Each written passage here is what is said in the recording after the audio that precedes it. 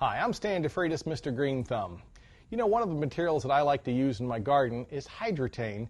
This material is material that's going to help hold water in your yard and garden. Why is that important? Well, it's like a magnet to metal. If you've got this over the root zone, you're going to help hold that moisture where it needs to be.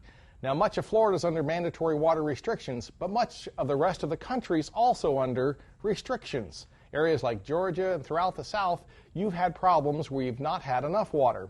If you use something like this, you simply attach it to your garden hose, you apply it to about 5,000 square feet, and you're going to help hold the water in and around your plants. I also use this particular material when I'm going on vacation because I don't want to come back to a bunch of dead plants.